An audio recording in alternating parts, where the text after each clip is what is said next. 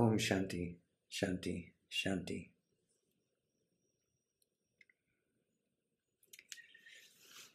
Welcome everyone to Satsang.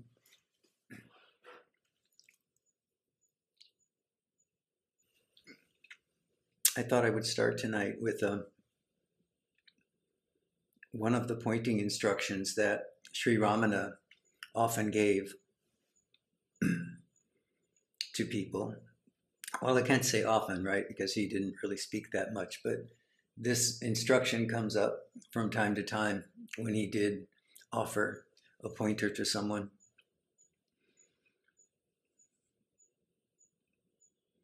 He would sometimes say to someone who was explaining to him what they were going through in their lives or what difficulty they were having in their practice, in their sadhana. And his simple answer would be, just keep quiet.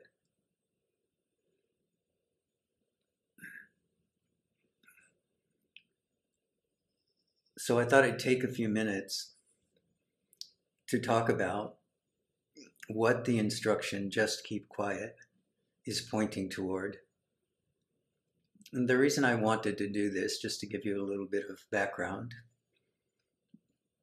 is that during the last couple of weeks I've had several conversations, and they've been of this character that I talked about, that people would come to Sri Ramana and they would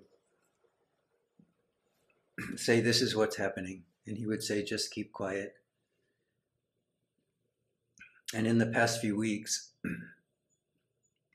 or couple of weeks, I've had several conversations where someone was explaining to me either what was going on in their day-to-day life or their work life, or what was going on in their sadhana. And the underlying question would be, what should I do? Should I do this? And this is true both of personal life, work life. Should I take this choice? Should I go on that path? Should I try this path, or would this be better? And it's also true in spiritual life, isn't it? Something is coming up in the mind. Something is there. It might be causing a disturbance of some sort. And the mind immediately goes to, what practice should I engage? What should I use here? Should I do this? Should I use this tool, this tool, this tool, or this tool? But what I noticed was no one was saying, should I just keep quiet? This is not the go-to position or practice for most people.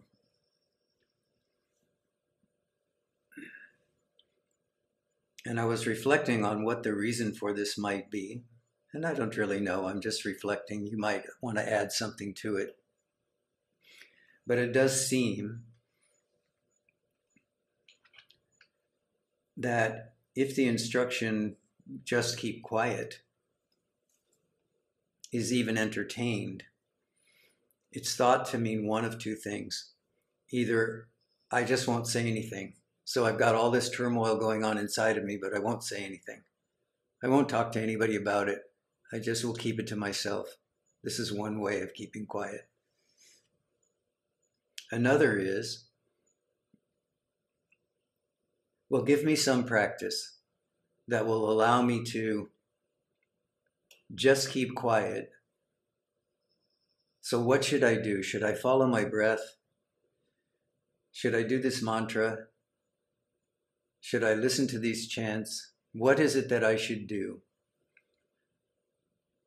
And of course, all of these methods work temporarily. They work temporarily. So if you really are in distress about something that your mind is chewing on and it just won't let go of it, by all means, chant the name of God. Read a favorite passage from a favorite book. watch a portion of a video that you know will address this. But understand that all of those methods are temporary.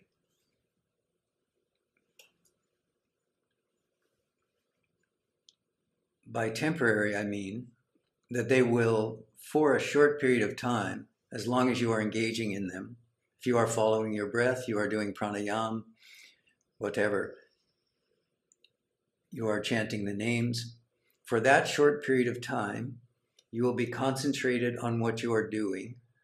And so the thing which was troubling you, or the stress which was behind that, will be subdued. The difficulty is, some of you have noticed this, when you stop that sadhana, whatever it was that was causing the distraction or the disturbance is immediately back again. And it just picks up where it left off. So this is what I mean by that's a temporary solution.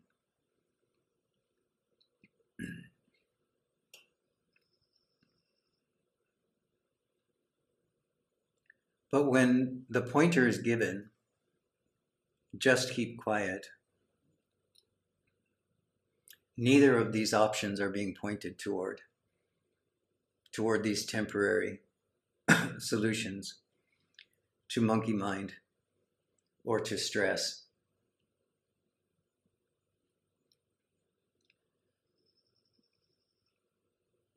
Just keep quiet, the instruction, is pointing toward a form of the inquiry that it can be said is without form. So what do I mean? A type of inquiry that is without form. Many people come into the inquiry and they think the inquiry consists of the question, who am I? What is aware here? And so on. And this is true on the mental level. But this is only a gateway or a doorway into the formless inquiry. Just keep quiet in its true understanding is not pointing toward the forms of inquiry, where you ask the question, who am I? What is aware here? Am I aware? Very effective, but this is not what's being pointed at or toward.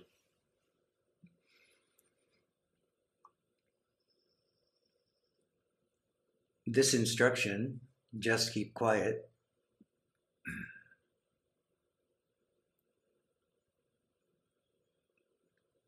is pointing toward the formless witness.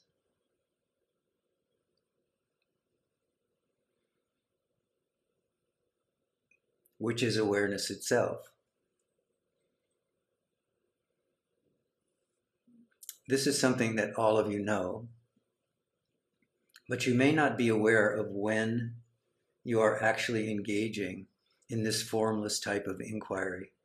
So I will try to illustrate it for you. If you look right now at what is present for you, you can be hearing, you can be seeing on your screen.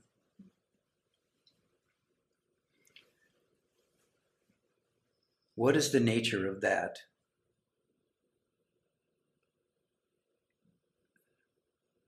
What is your mind telling you if you are hearing my voice, listening to these words, seeing my image on the screen? What is your mind telling you? Are you trying to hear something?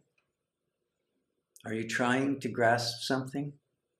Are you listening with concentration and intention because you want to understand what it is I'm talking about?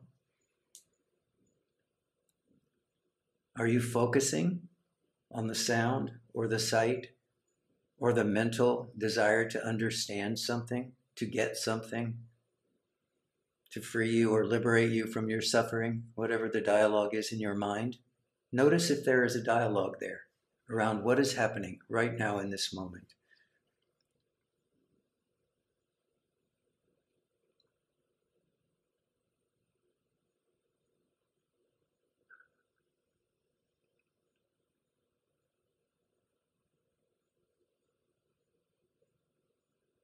If there's a dialogue there that you can see, then you know that you are trying to engage in some form or another of the inquiry which has form. By that I mean you are trying to use the senses to hear, to see, the mind to understand, to comprehend. And during this period of time, whatever it was that was stressing you out or you were not comfortable with before is temporarily put aside. It's put at abeyance. It's kept there by the satsang itself or by the conversation.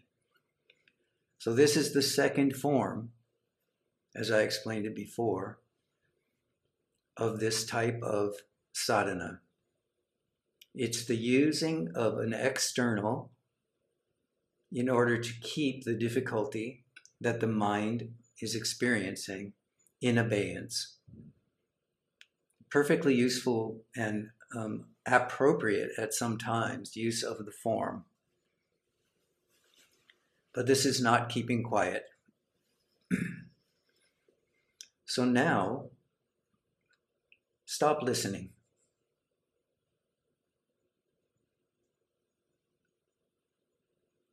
Keep looking, but stop seeing. Let your attention relax and notice that within the space of this attention, or this witnessing character, there is sound.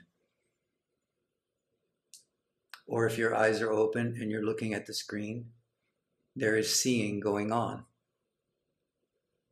But don't do anything about it. If you just keep resting in this witnessing or pure witnessing position, it can feel as though you are falling back into yourself.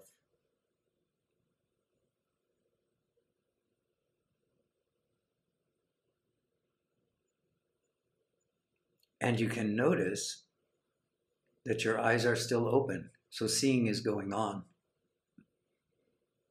Your ears are still being impacted by the sound, so hearing is still going on.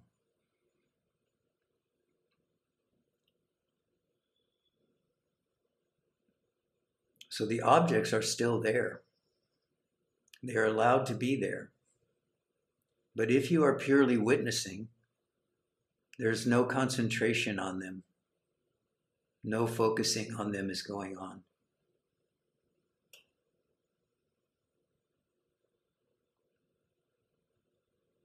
And as you come closer to this form of pure witnessing, the only recognition that might arise in the mind is I am aware. The meaning of this is hearing is going on, seeing is going on, experiencing of some sort is going on, perhaps the weight of your body on the cushion or on the chair. So experiencing is going on. But now, no one is experiencing any of it.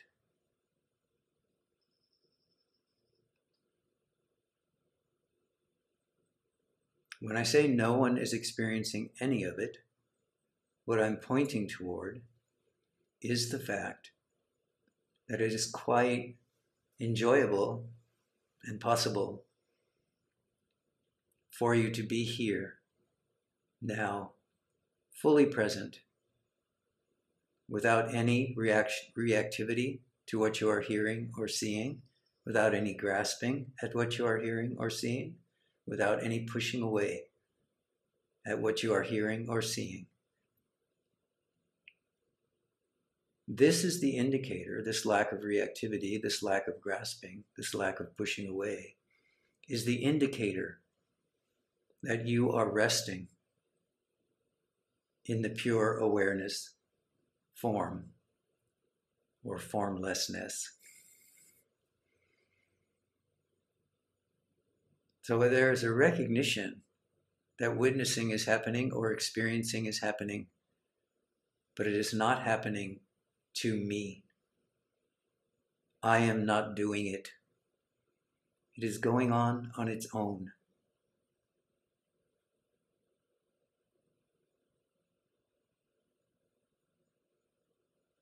So when Sri Ramana says, just keep quiet, this is what he's pointing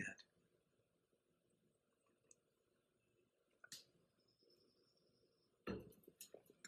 He's not telling us to go off into a cave somewhere. He's not telling us to suppress what's arising spontaneously in the mind or body as sensation. He's saying fall back into the vast space of awareness itself and rest.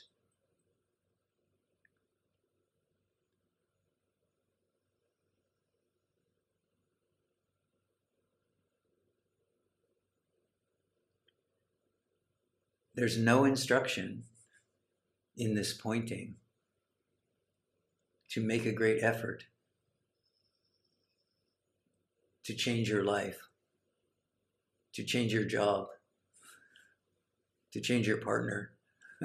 There's no great effort in your practice to find the right video, the right book, the right poem, the right satsang, the right teacher, the right guru. There is no emphasis in this instruction to do any of that. The instruction is remain just as you are in your life as it is, but fall back into this pure witness place, the place of formless recognition. Awareness is here.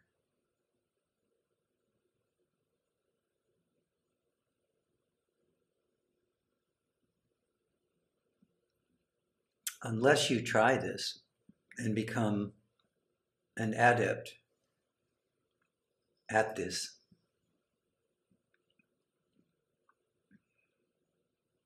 it's very hard to come to understand the joy and the bliss that results when awareness is freed, and the love that is present when the heart is opened. And there is no more effort. There is nothing to do. There are no more practices. There is nothing to understand. There is only being, consciousness. And in this space, this vast, vast space of being consciousness, there is bliss, joy, love. And whatever needs to be understood is understood in the heart, not in the mind.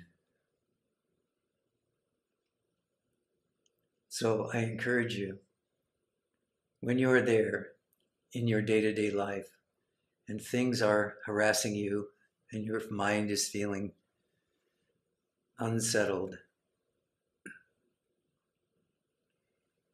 understand when you've come to the limit of what you can do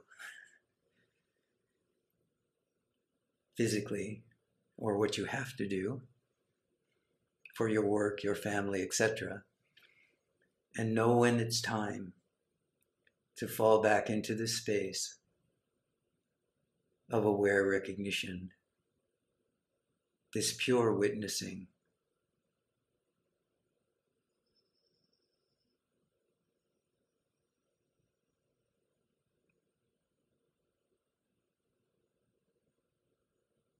As you engage in this kind of practice, of just keeping quiet in this way, which is not a passive thing, is it? It's an active practice, actually. You're not being passive in any way. You are simply recognizing the limitations of all of the things that have come before. All of the ways that you have tried to avert your attention from the difficulty you're facing, or the confusion you're facing, or the depression you're facing, or the uncertainty you're facing. You have stopped naming things. You have stopped deciding.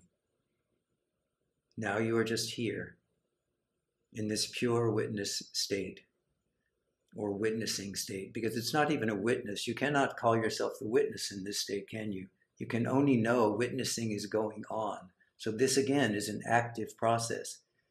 Witnessing is happening moment by moment.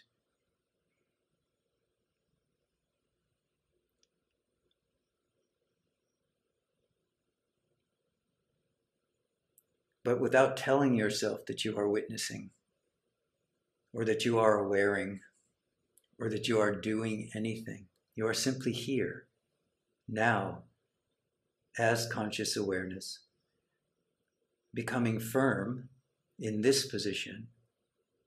Everything else continues to go on as it wants to, as is its nature, as it must in order to work out whatever it needs to work out. You, however, this you which no longer exists at this point, right? Understand what I'm saying. I'm not saying you as a person. I'm saying this recognition that I am aware, I am conscious, I am open, I am loving, I am awareness itself. This awareness becomes the source of joy, compassion, love.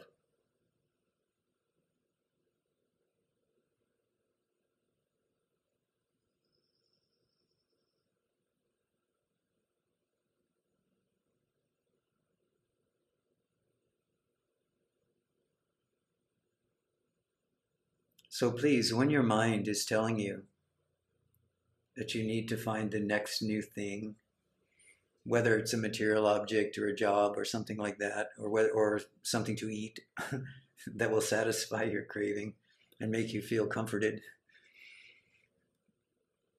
or whether it's another practice or some sort of a reminder or a new book.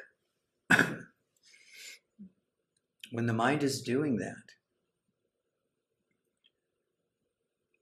as you become more and more adept at noticing this, it becomes more and more frequent that you actually fall back into yourself as this pure awareness.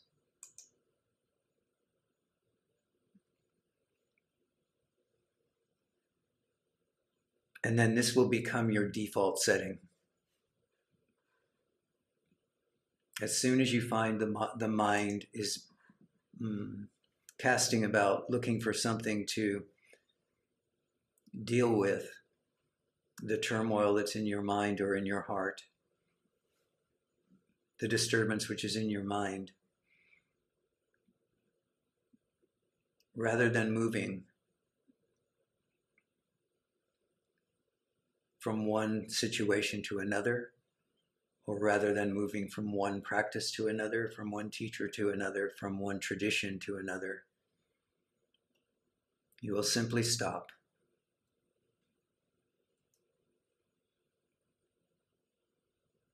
Stand in the middle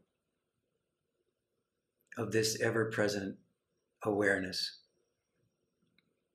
and wait joyfully to see what unfolds.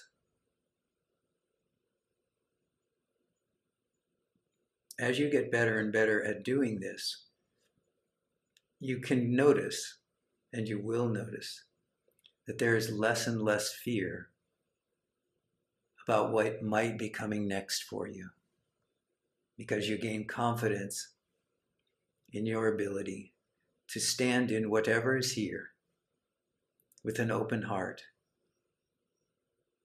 knowing that you are always being presented with whatever is necessary and appropriate for your growth at this moment, or for your understanding at this moment. But you don't need to search for that. What you are seeking is seeking you. Simply keep quiet. Okay. Enough. Hari Om.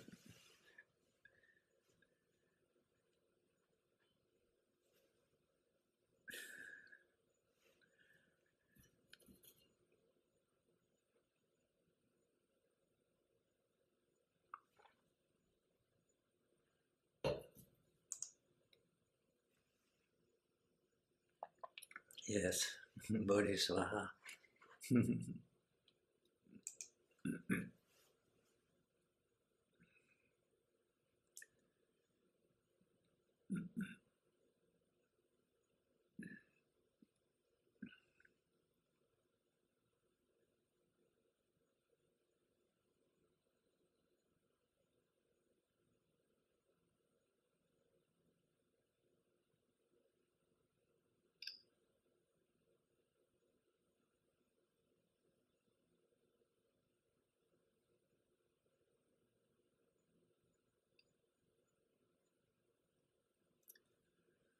All right, who has something? Anybody?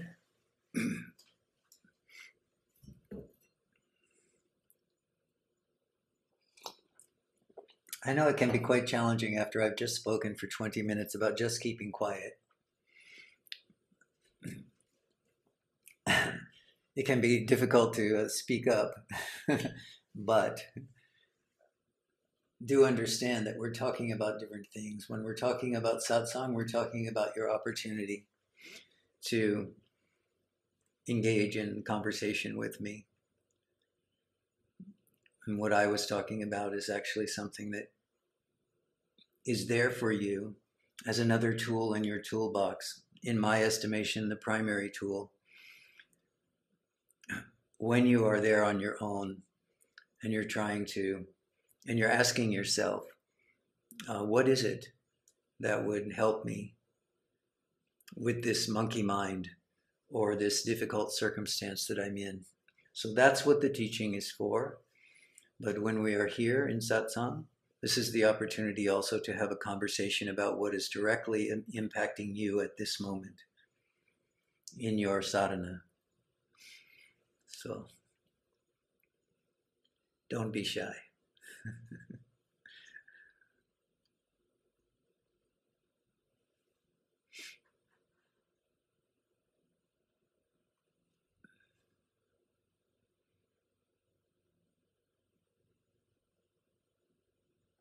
Turn your mic on.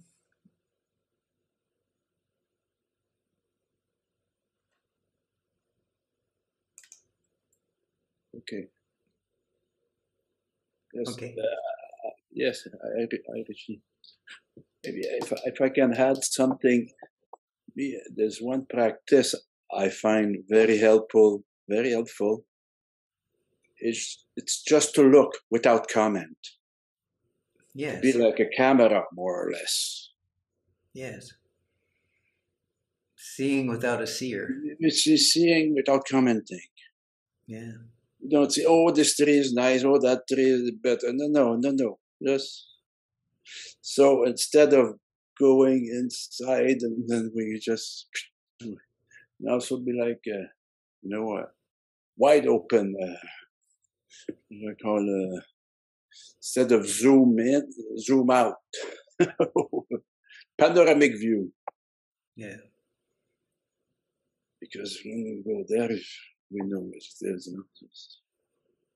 Yes, the meaning of pure witnessing is implied in that, is that there is no comment, because there is just this witness. Yes. Just this awareness. Yes. That's right. Thank you for clarifying also, that. You get out of your bubble. So the bubble explodes in a way, because it could be in a small space also, but of course, if we're in front of an ocean, because this morning I did communicate with a friend that works in the Great North in Canada, infinite space, and she was telling me how peaceful and detached she was feeling. Yes, of course, this is one of the benefits, isn't it, of living in places or being in places where there is the opportunity to see this. But you know, eventually, you come to realize that there is no space in nature anywhere vaster than the space of your own being. And this is the reason why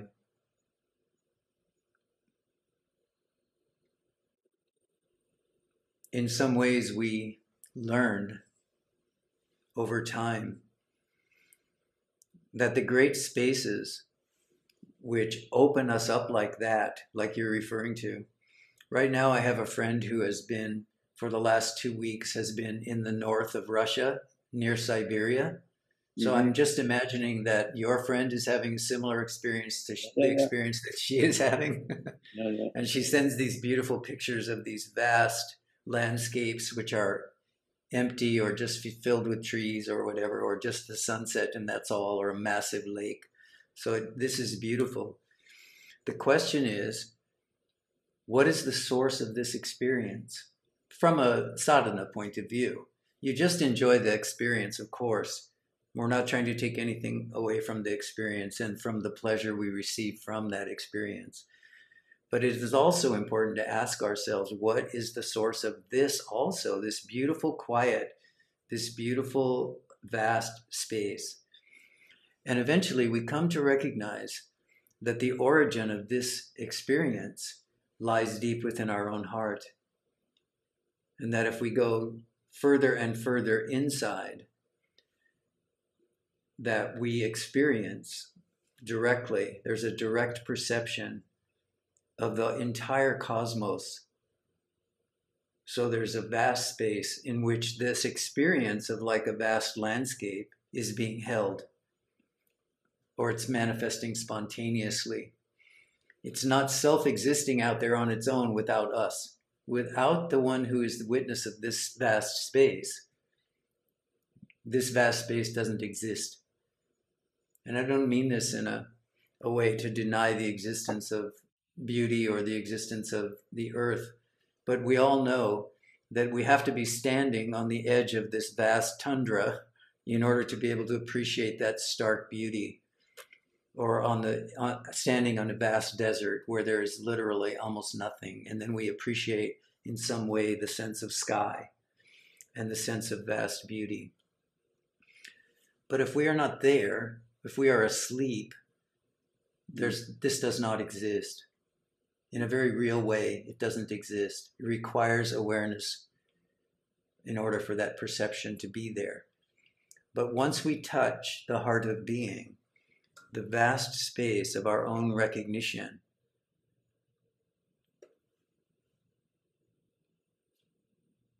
one of the very first perceptions that comes is that this understanding, this perception of this vast space of being consciousness, it never goes away. We can be in the waking state, in the dream state, in the sleep state, and we always know, I am.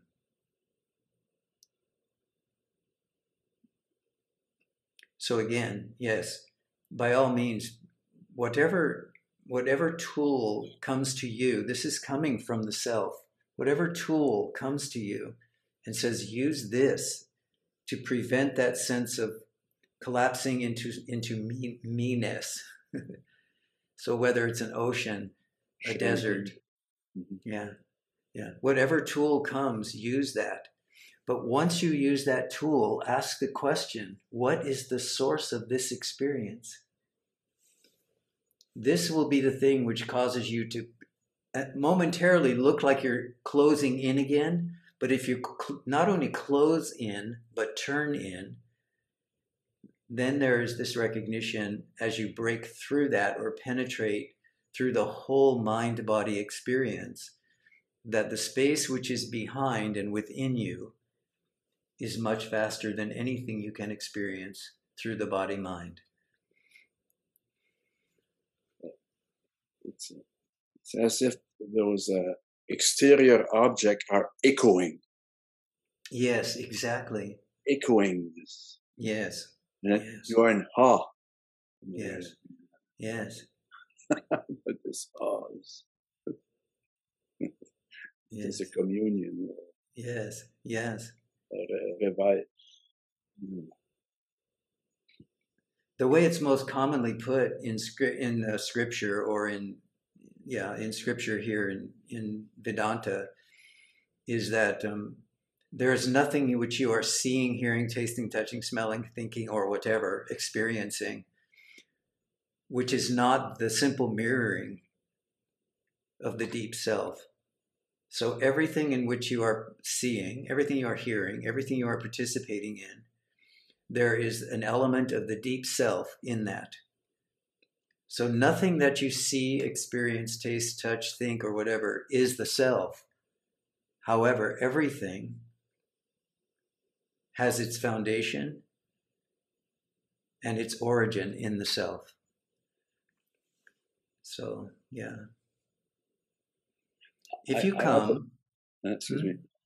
No, I had a friend in India who told me something to me that was very beautiful also. The sight of the seer is never lost. Yes. Sight of the seer is never lost. It's from an So Upanishad. who is the seer? It's from an Upanishad somewhere. The sight of the seer is never lost is really actually what we're talking about, what I'm talking about here when I say allow your experience to turn you back in. Because if you contemplate something like the sight of the seer, what is the meaning of the sight of the seer is never lost? This is going to eventually plunge you through that question. This is like the Zen koan. It's going to plunge you through that question into the space which is there behind it. Yeah, very beautiful. Yeah. So I think what I'm saying is no matter what tool you're using, don't let its meaning stop at your mind. Because your mind is not the final arbiter of the meaning of a saying like that. The final arbiter of a feeling like that, of that experiencer, the seer, is what is there when that idea, that mental perception is penetrated through. Because ultimately, what is there is to understand that there is no seer.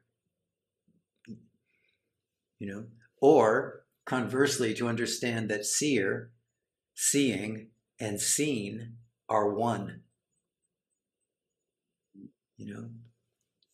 These are the two ways which Vedanta explains all of our experience. Either there is nothing, so you are free, no problem. Take attachment to nothing, you are free. There is nothing. Nothing is really ever existing. Or there is only the Supreme. There is only God. So the seer, the hearer, the seeing, the hearing, the seen, the heard, the experiencer, the experience, and the experiencing are one. So you are free. Let them alone. Just go on. It always comes back to no matter how you frame it with words and concepts, you are free.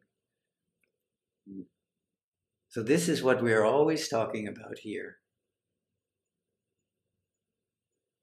And this silent form of the inquiry is really pointing toward freeing yourself from any conceptual support. So, as you were saying, this frees you from the need to comment, the need to know anything about anything, the need to have an opinion. All of that becomes unnecessary. This awareness which you are, and which is here now, and which you always are, waking, dreaming, and sleeping, this awareness has no need to define anything. It simply is. And it flowers as all of this. And you don't need to understand any of it. Now, understand that I didn't say understanding of it doesn't come. I said you don't need to understand any of it.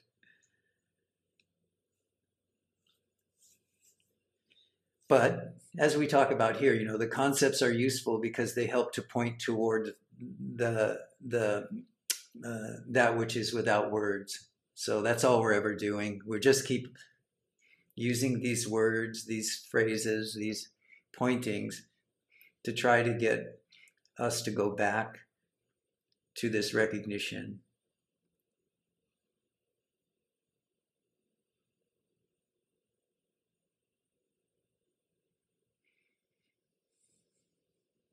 Thank you for sharing. Yeah.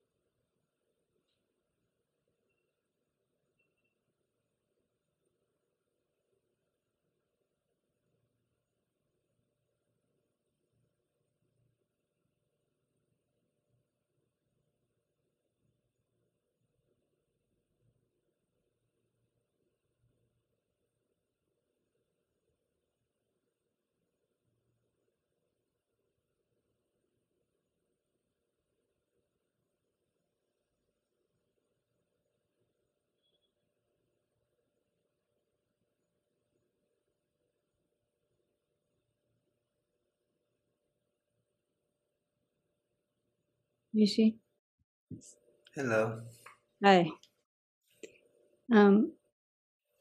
What was our first phrase that you began with? Just stop. Wait.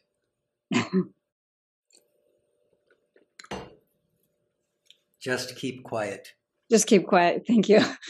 So the thing that occurred to me was using this in terms of pain.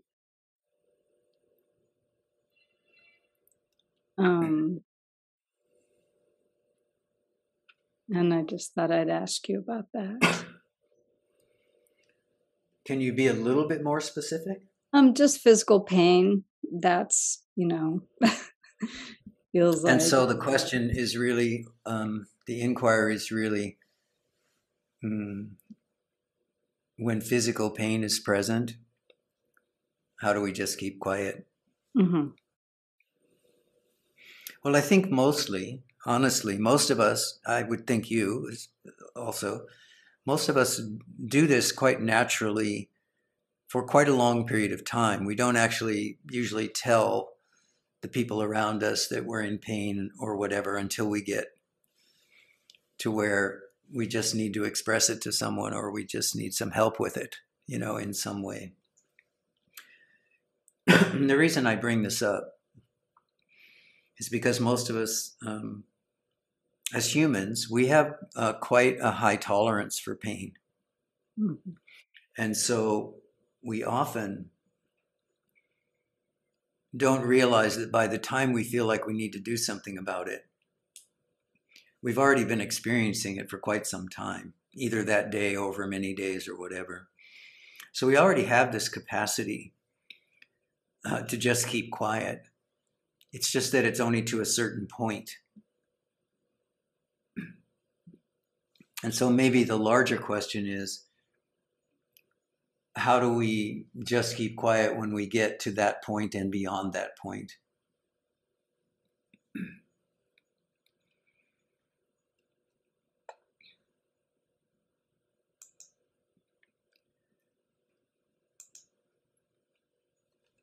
Those of us who have had a lifetime of chronic illness or pain, and I say us because this has been my experience, as many of you know.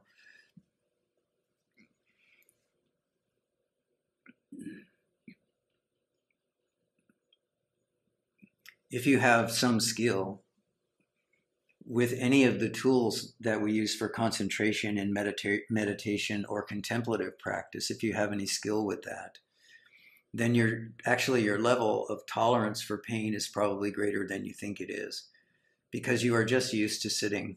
And sometimes it's actually your go-to thing. When the pain gets to be to a certain point, you go into meditation, or you start to watch your breath, or you start to chant, and so you have these tools available to you.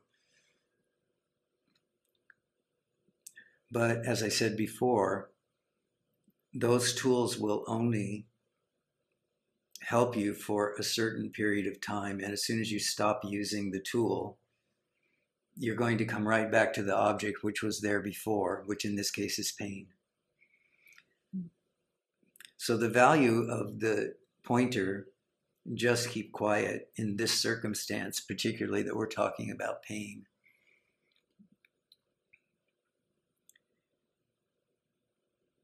is that we don't just keep quiet and then sit there in our suffering, which is kind of the passive way of responding to pain. Is when the pain gets great enough, we simply go into a kind of a deadened state, a passive state. And of course, this is something the body does naturally. I'm not saying you do this as a person. The body goes into a state of, let's just say, for lack of a better way of putting it, less awareness, in order to cope with the presence of physical pain. But the way of awareness is to actually remain still, quiet, recognizing this is pain. And then, rather than going into a commentary in the mind about what this is and what it means and what it could mean and should I do this or should I do that, one just simply stands still. This is extremely difficult in the beginning, but as you do it, what happens is you get better and better, or it gets better and better, or the ability to witness from a pure perspective becomes stronger and stronger.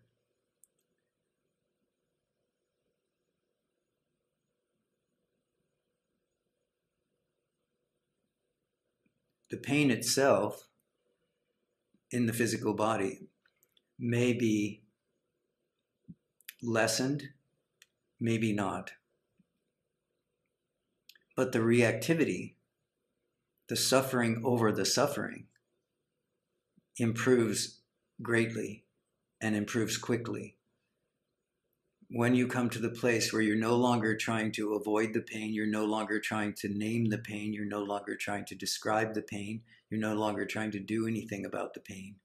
You are simply here in this moment. And this is, I can speak with you in this way, and it sounds like what I'm saying, well, you simply do this. But I am one who knows what it's like to be in that kind of pain, to be in great pain for hours or days continuously, and have it the only thing available to you, because you can't move, or you can't leave, or you can't do anything about it, or the drugs they're giving you for the pain aren't working.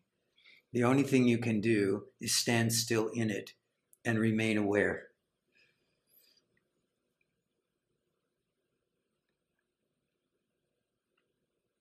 And what can be realized is that pain is not a solid thing.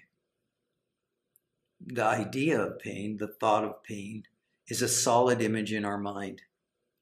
But pain itself is not. Pain itself is a series of sensations in the body and the mind. And like everything else in the body and the mind, they come and they go, or they come in waves and they diminish for a period of time. So we have waves and troughs. Most of the time when we're talking to someone who's in chronic pain, pointing out this aspect of the experience of pain is a revelation for people. Because pain becomes such a solid conceptual thought that as soon as the first twinge of pain comes, the either unspoken or unconscious panic that comes from being in pain for days or weeks at a time will raise its head right away. But as soon as it's pointed out that through direct observation, one can see that pain comes and goes in waves, and it not only comes and goes in waves and troughs over the course of days or weeks, it comes and goes in waves and troughs, moment by moment by moment. And by this kind of observation, it becomes possible to get relief from the peaks, from the hills, from the waves, almost moment by moment by moment. But your concentration or your focus, two things need to happen. You need to be very clear about what's happening. You need to be willing to suspend all of your thinking about what it means to be in pain. You need to observe it, the pain itself, very closely. Not what you think it is, but what it is in terms of the sensations that are involved. You need to look at that very, very carefully. You need to see it very carefully, very closely. And then you will begin to understand that what you before thought was solid is actually quite fluid and is actually coming and going in waves and valleys throughout seconds, minutes, days. And this can actually give you quite a lot of rest from it, because the mind, the thing that drives us away from pain is the mind does not like that situation. So if you are able to look very closely at the sensations that are involved, not the label pain and what that means in your mind or in your past experience, in your memory, and then bringing that memory into the current experience and then reacting to that, if you are able to be present here, now, with this pure witnessing potential, even if you can't do it all the time, but the pure witnessing potential is there, then you can see these waves as they come and go over the course of seconds, minutes, days, weeks.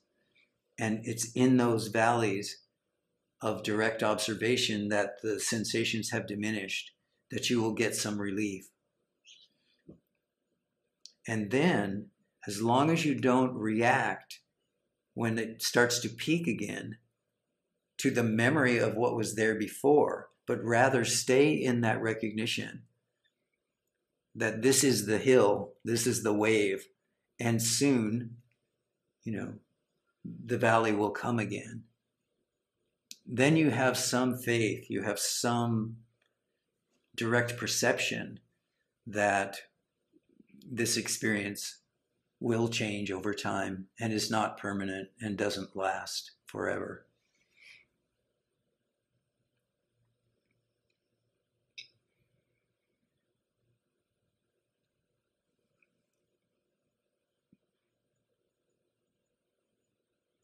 So this is a much more precise explanation of what Bhagavan meant by just keep quiet. He didn't mean do nothing. He didn't mean to just don't say anything about it. He meant use this, whatever it is, whatever the object is, in this case pain, use this. Stand directly in it, in this pure witnessing position, and you will learn something about its characteristics. And you will learn something about your reactivity that's based in memory or based in other things. So this is the direct pointer toward how do we work with almost anything. But when we're talking about something as challenging for people, as difficult for people, as pain, I just caution you to be very, very kind to yourself. Be very, very aware that this may take some time, that this is not, if you're not in the habit of keeping quiet in the midst of your own suffering, it may take some time to get there. So be very, very kind to yourself. You know, the Buddha said, it's not that there isn't suffering in life. And Thich Nhat Hanh said something about this, and I can't remember exactly what it is, but for some reason his image just came into my mind. But he said something about this, and the Buddha also talked about it, that if we understand that inherent in life is birth, old age, sickness, and death, then we needn't suffer over those things. They are just the natural state of affairs. If you have a mind and a body, there is birth, old age, sickness, and death. This is understood. Accept this unconditionally.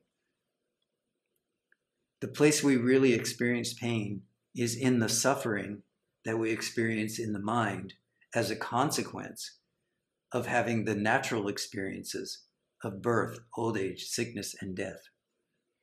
This is where the suffering comes. And I think what Thich Nhat Hanh said about this, if I'm not mistaken, it was him, was something like, when you know how to suffer, you suffer less. So that's what he's pointing toward, is something like I just gave to you, which is learn to watch, to stand in it,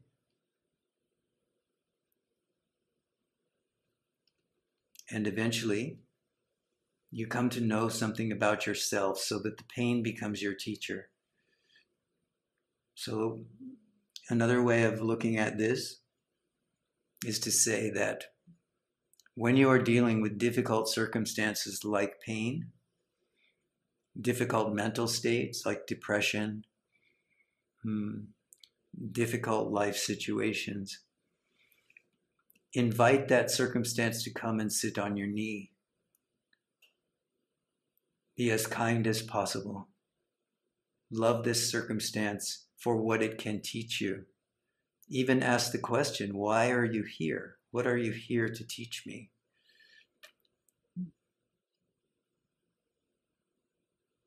Begin to unravel the mental story of suffering around the pain.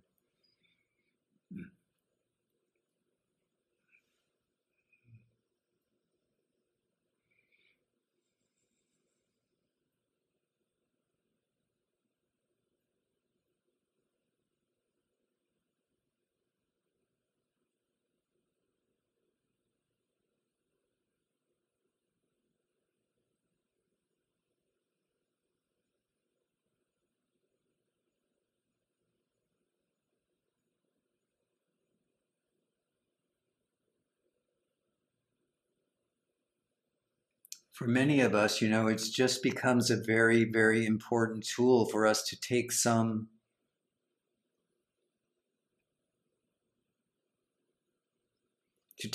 action in this way, to understand what is happening here. Because one of the things that happens with pain is that it takes away our sense of control, our sense of effectiveness, whatever you want to say about it. And so we engage in these practices as much to give ourselves the support we need to be able to penetrate through this experience and understand what it is we can learn from it. Not that we have to necessarily learn something, but often we can. If nothing else, we can learn something about ourselves and our ability to be present in difficult circumstances.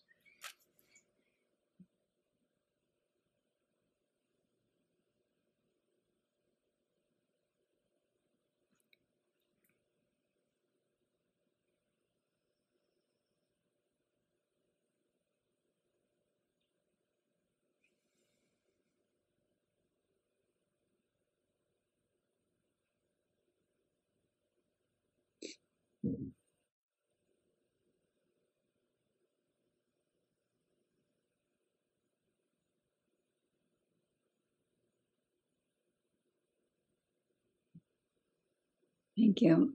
Very, very helpful. Okay. You're very welcome.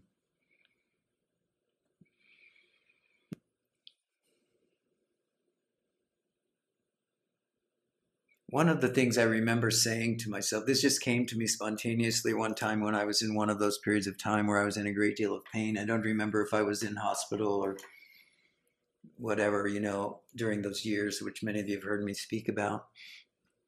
But one of the things I did say to myself at one point was, one of the things that can come from those kinds of experiences, you can begin to bargain. You can begin to bargain with God or whatever. But I remember saying, okay, kill me now. It's fine. I don't care. I don't have a problem with that. But before this body goes, I don't want another rebirth. So before this body goes, wake me up. Then you can kill me. It's a deal? So, sometimes difficult circumstances push us into corners that we find no way out. But if you come back to the recognition that the reason, if there is a reason, if you need to have a reason or a purpose in which we took birth in this human body, which is in all the scriptures, of course, it's said, and that this is the opportunity for us to awaken completely and totally. So we want to take advantage of every single experience we have. But this is very hard to sustain when there's a great deal of pain or suffering, in the body. But if you're able to do it, if you're able to remind yourself that my purpose in being here in this body was not to have a pleasant time of it. That wasn't the agreement I made. So, okay, I can manage this, but the agreement I made was, in this life, I am finishing it. I am awakening completely. Then you can bargain. Kick me out of this house, but first wake me up. So.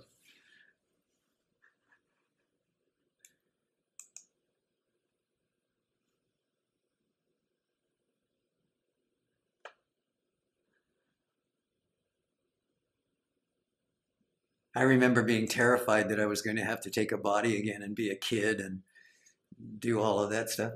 Yeah, I remember being absolutely terrified. And it was a great motivator. I'm not to say that was a bad thing. I'm saying that was a great motivator. I don't want to do this again. So if I only have a few days, a few weeks, a few months left, then, make it happen now.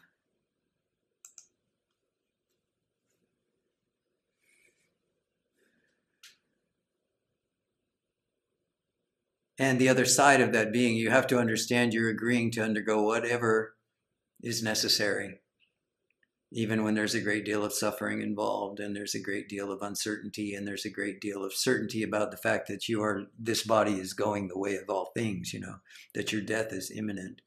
You also are very clear that you want to use that energy of your approaching death, physical body dying. And then the possibility of recognizing that you were never born and will never die comes to you. So this is what my wish for you. Use what you have. Use what's been brought to you. Use what's being given to you.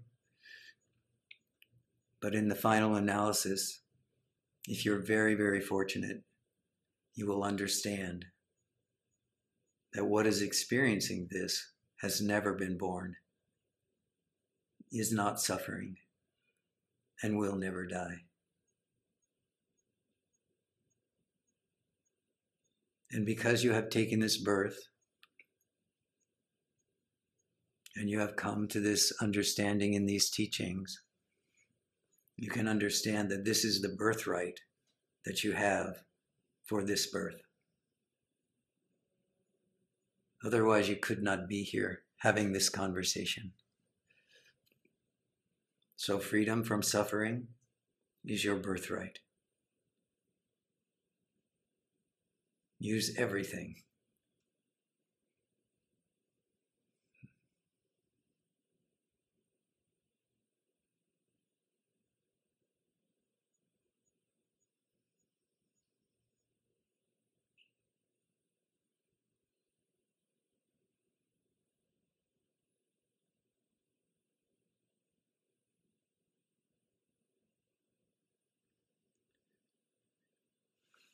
All right. Thank you very much for bringing that up.